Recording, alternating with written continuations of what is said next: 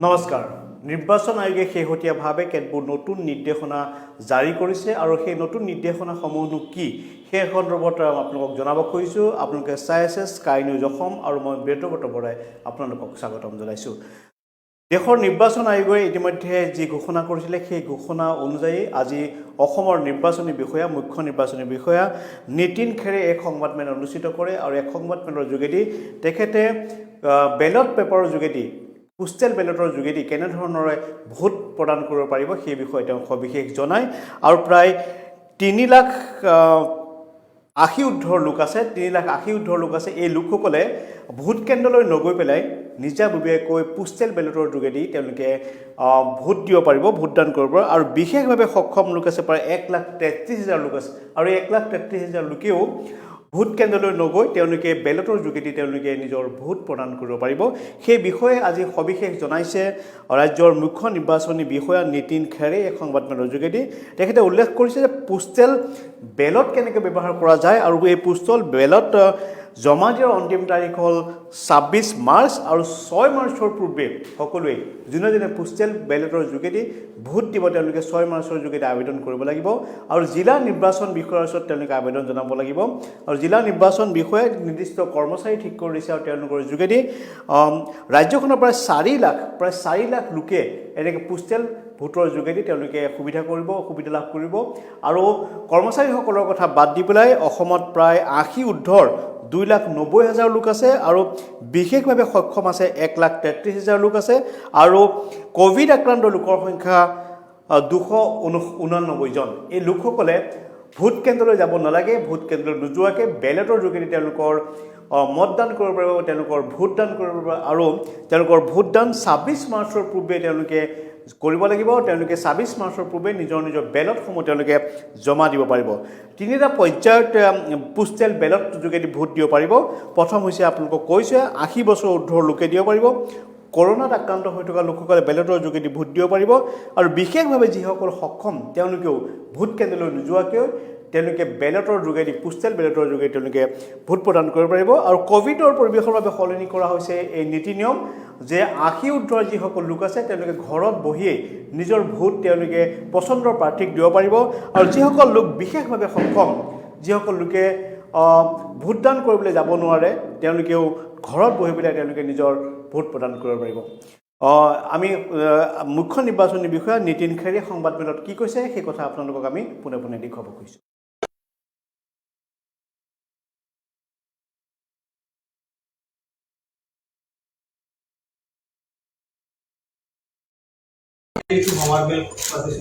মই আপোনাৰ এনে হয়ও এইটো কাৰণে বিচাৰি আছো যে টাইম কমটি আছে আমাৰ লগত স্পেশালি ফাৰ্ষ্ট ফেজৰ কাৰণে। ফাৰ্ষ্ট ফেজৰ যিখন নটিফিকেশ্যন আছে এইটো আজি ওলাই গৈছে। আপোনাৰ আসামত যিখন 47 LAC আজি নটিফিকেশ্যন ওলাইছে তাতে ইলেকশ্যন কমিশনৰ গাইডলাইন হিচাপে যিখন পোষ্টেল বেলটৰ কাৰণে এপ্লিকেশ্যন দিব লাগে এই 3টা কেটেগৰী মানুহ তেখেতক 5 দিনৰ ভিতৰত দিব লাগে। মানে আজি সেকেন্ড আছে তো উইদিন 6th of March তেখেতক এইটো এপ্লিকেশ্যন দিব লাগে। 6th of March পিছত তেখেতক এপ্লিকেশ্যন দিব তো একো লাভ নহ'ব, তেখেতক এইটো ফেচিলিটি নাপাব আৰু তেখেতক ইনকনভিনিয়েন্স হ'ব। তো ইলেকশ্যন কমিশ্যন ভাবিছে কি আমাৰ এই 3টা কেটেগৰী মানুহ পুলিং ষ্টেচনত আহিব তো অলপ ইনকনভিনিয়েন্স পাব পাৰে, চিনিয়ৰ মানুহৰ কাৰণে কোভিডৰ ৰিস্ক অলপ বেছি থাকে, এইটো পচিবিলিটি তাতে আছে। এখনৰ এনে এইটো কাৰণে আমাৰ ইলেকশ্যন কমিশ্যন এনেকুৱা 3টা কেটেগৰী ফেচিলিটি দিছে। তো আজি যিখন নটিফিকেশ্যন ওলাইছে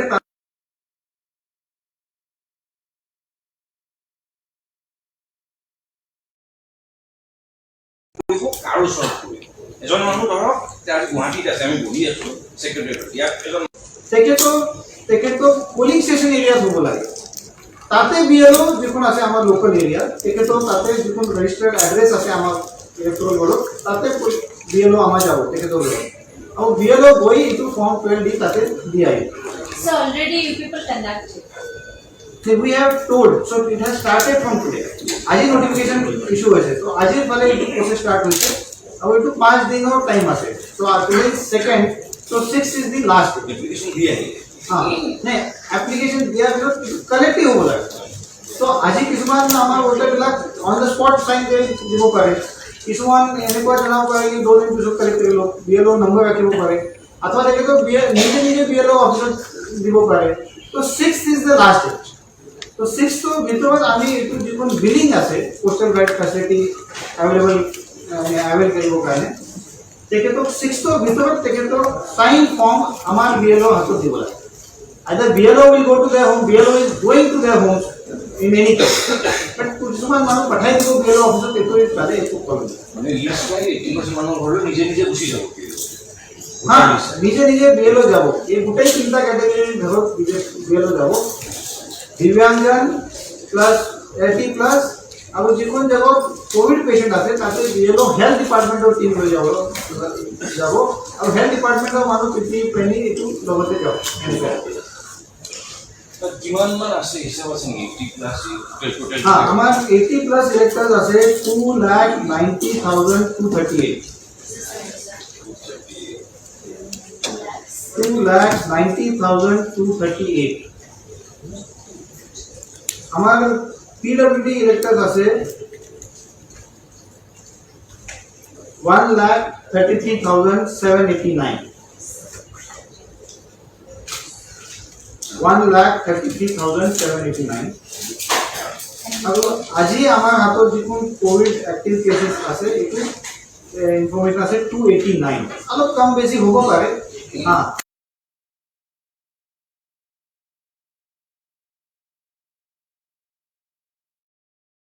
এইটো কালেক্ট হয় সো এইটো কাৰণে মই প্ৰথমত খবৰ আমাৰ যিমান দিব্যাং ভাই বান্ধৱীসকল আছে তেওঁলোকক ৰিকুৱেষ্ট কৰিম যাতে তেওঁলোকে নিজৰ ভোটটো প্ৰথম কাষ্ট কৰে ফাৰ্ষ্ট সেকেন্ডলি যেটো আমাৰ অপচন চাৰে ক'লে যে তেওঁলোকৰ যেটো আমাৰ ফ্ৰম ডি আছে 12 ডি আছে তাৰে যেটো আমাৰ ঘৰৰ পৰা কালেক্ট হ'ব সো সেই বস্তুকেইটা যদি আমি ফেচিলিটিবোৰ লওঁ তেতিয়াহ'লে আমি বহু নাগৰিক খবৰ কাৰণে এইটো আমি চিন্তা কৰিম বা তেনেকুৱা টাইপৰ আমাৰ কামবোৰ হ'ব কিন্তু আমি ঘৰত বহি থাকি কি হ'লে বহুতে আমাৰ তেনেকুৱা টাইপৰ হৈ যায় যে আমি এইবোৰ কৰিব পৰা নাই আমি দিব্যাং হৈছোঁ আমি এইটো কৰিব নোৱাৰোঁ তো দিব্যাং মানে এইটো নুবুজায় যে মানে শাৰীৰিক বিকলাংগতাই এইটো নুবুজায় যে আপুনি মানে মেণ্টেলি ডিজেবল হৈ গৈছে আৰু মই ভাবোঁ যে মেণ্টেলি ডিজেবল হৈ গ'লে মানুহজন আৰু একোৱেই নাথাকে পৃথিৱীত সো মই সকলোকে ৰিকুৱেষ্ট কৰিম যে তেওঁলোকৰ নিজৰ প্ৰিচিয়াছ ভোটকেইটা যাতে এইটো দুইটা অপশ্যনেই তাতে দি ৰাখিছে যদি তেওঁলোকে বুথ ষ্টেচনত গৈ নিজে ভোটটো দিব বিচাৰে সেইটোও পাৰিব আৰু যদি তেওঁলোকে বিচাৰিছে কি ঘৰত আহি কিনে তেওঁলোকৰ ভোটটো যাতে লৈ যায় সেইটোৰো সুবিধা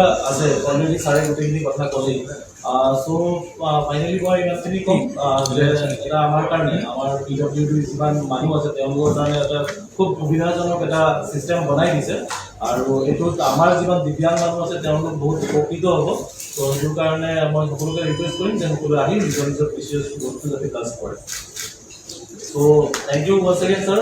ইমান ডাঙৰ মোক ৰেছপন্সিবিলিটি দিছে আৰু আই থিংক আপুনি মোক যিমানখিনি দায়িত্ব দিছে আৰু খুব নিষ্ঠাৰে মই এইটো পালন কৰিবলৈ থেংক ইউ ভেৰি মাছ যে নিৰ্বাচনী হিংসা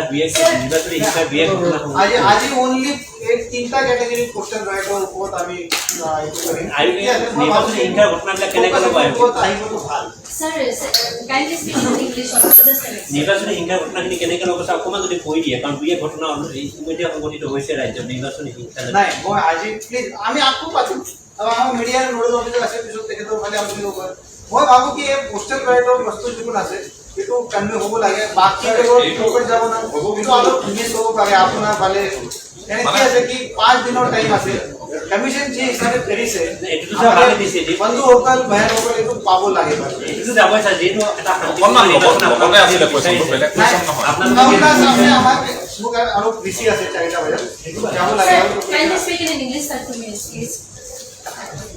তো Just a minute.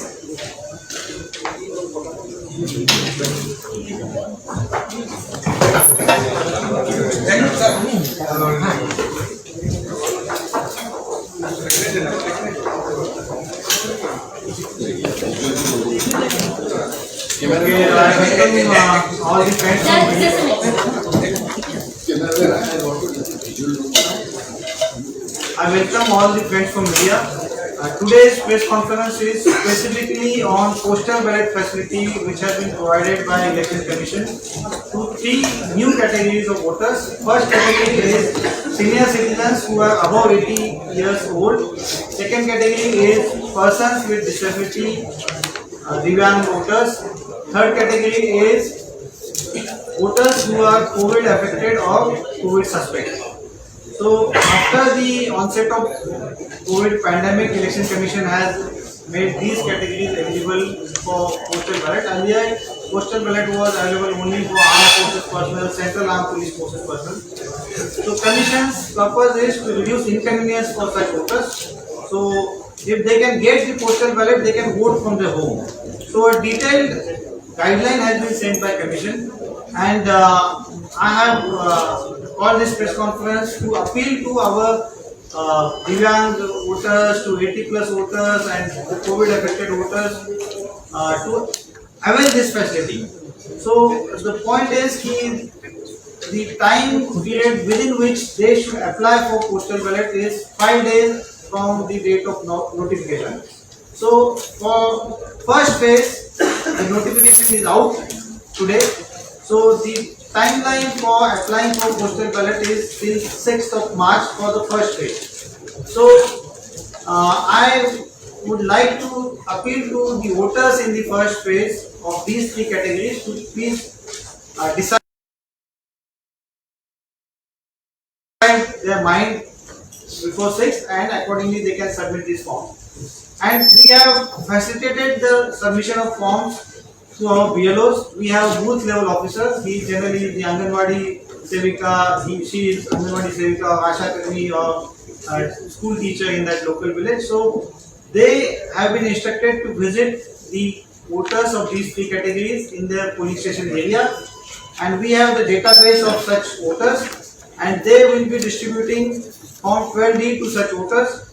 Such voters can give their willingness if they want to cast their vote by postal ballot. They can give their willingness. If they don't want to, they can come to polling stations. We will facilitate there also. So before 6th of March, they should convey this. Our BLO will again go to collect the forms. He will leave his number so these voters can contact him. After 6th, then our returning officers will verify the details, and if some voter has accepted to vote by postal ballot, then his name will be written as postal ballot in the voters list. So he will not be eligible to cast his vote on the polling station on the polling day, because then there will be duplication. After getting the number of such voters who want to cast their vote to postal ballot, we will print the postal ballots, and later on we will again send our BLOs with the teams, with the political party or candidates representatives, with police force to such voters' place, and they will be given the postal ballot, and it will be again collected before the date of poll. In first phase, if the date of poll is 27th March, so by 26th we will collect it. Our BLO will go twice to collect the postal ballot. If the voter tells him for the first time that he needs some more time, then he will again go second time. So through this way, we are trying to facilitate our Divyang voters, our 80 plus voters, our senior citizen voters, and our COVID affected suspect voters. So through you, I appeal to all of them to please take benefit of this facility, and they should apply, especially the first phase voters. They should apply before 6th. Our BLOs have already started their visits to their houses from today onwards. Thank you. Last যদি 25 বা 24 তাৰিখৰ ভিতৰত যদি Covid আক্ৰান্তৰ সংখ্যা বাঢ়ি যায় কিবা কাৰণ সেইখিনি ভোটাৰক ভোট দিব পৰা ব্যৱস্থা থাকিব নাই, কাৰণ সেইখিনিতো অলৰেডি প্ৰচেষ্টা আৰম্ভ হৈ যাব 6 তাৰিখৰ ভিতৰত। As per Election Commission of India's guidelines, যিখন এই 5 দিনৰ ভিতৰত এফেক্টেড আছে তেখেতক এইটো পাব। যদি তাৰ পিছত হয়তো পোষ্টেল বেলেট নাপাব, যেতিয়া কি হ'ব তেখেতক পোলিং ষ্টেচনত এইটো ছাছপেক্টেড আছে, তো এইটো পোলিং ডেট আহিব পাৰে আৰু লাষ্ট আৱাৰ, লাষ্ট 1 ঘণ্টা তেখেতৰ কাৰণে ৰাখিছে। তো তেতিয়া আমাৰ মানুহ পিপি কিট কৰি নিব, এইটো বাকী প্ৰট'কল আছে, এইটো কৰি আমি এইটো ছেফলি তেখেতৰ ভোট লৈ ল'ম। এটা স্যার লাস্ট ডেট তো একচুয়ালি 6 মার্চ নে 7 মার্চ 6 কাৰণ আজি মানে 5 দিন সোশ্যাল মিডিয়াত আপোনালোকৰ যেটো হেৰি কৰা আছে 6 মাৰ্চ কৈছে 7 মাৰ্চ হেৰি হৈ আছে 6 আমাৰ এডভাৰটাইজত আজি যিখন পেপাৰত আহিছে 6 মাৰ্চ আছে ফেসবুক বা টুইটাৰত যিবিলাক আপলোড কৰা হৈছে হেতুত কিন্তু 7 মাৰ্চ আছে না আমি চাই লওঁ কিবা এনেকুৱা আছে তো আমি ক্লিয়াৰ কৰি দিম 6 মাৰ্চ আমাৰ এডভাৰটাইজত আজি পেপাৰত আহিছে থ্যাংক ইউ Thank you. ধন্যবাদ আচ্ছা